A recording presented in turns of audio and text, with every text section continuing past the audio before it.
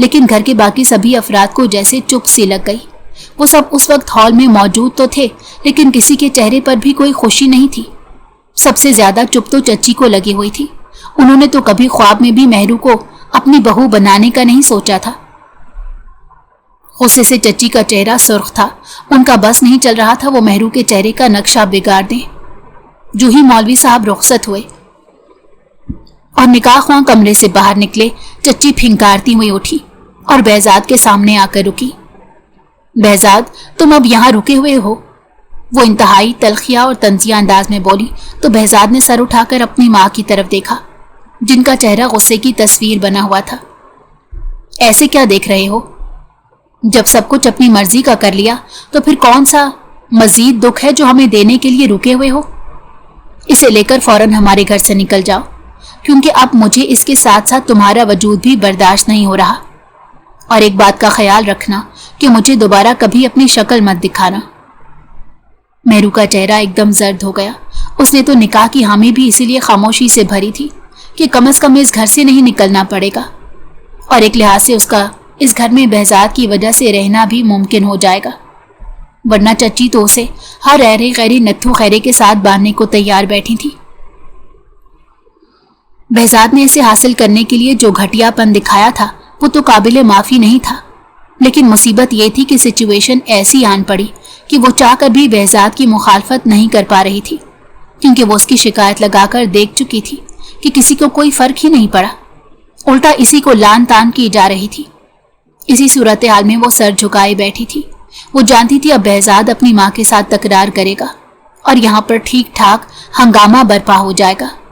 وہ خود کو ذہنی طور پر تیار کر رہی تھی، مگر چچی کی بات کے باوجود بہزاد نے کوئی رد عمل نہ دیا تو چچی کا چہرہ غصے سے مزید بگڑ گیا اور وہ تڑق کر بولی، سن رہے ہو نا بہزاد، نکل جاؤ ابھی کے ابھی۔ بہزاد نے آہستہ سے پلکیں جھپکائیں، پھر اٹھ کھڑا ہوا، ایک نظر ماں پر ڈالی مگر چپ رہا، پھر مہرو کی طرف پلٹا۔ مہرو چلو۔ مہرو نے چونک کر اسے دیکھا تو وہ اس کے اس طرح سے دیکھنے پر چڑ سا گیا۔ تم نے اگر میرے ساتھ چلنا ہے تو میں باہر گاڑی میں تمہارا ویٹ کر رہا ہوں، اور اگر نہیں جانا تو تمہاری مرضی، میں کسی قسم کی کوئی زبردستی تمہارے ساتھ نہیں کروں گا۔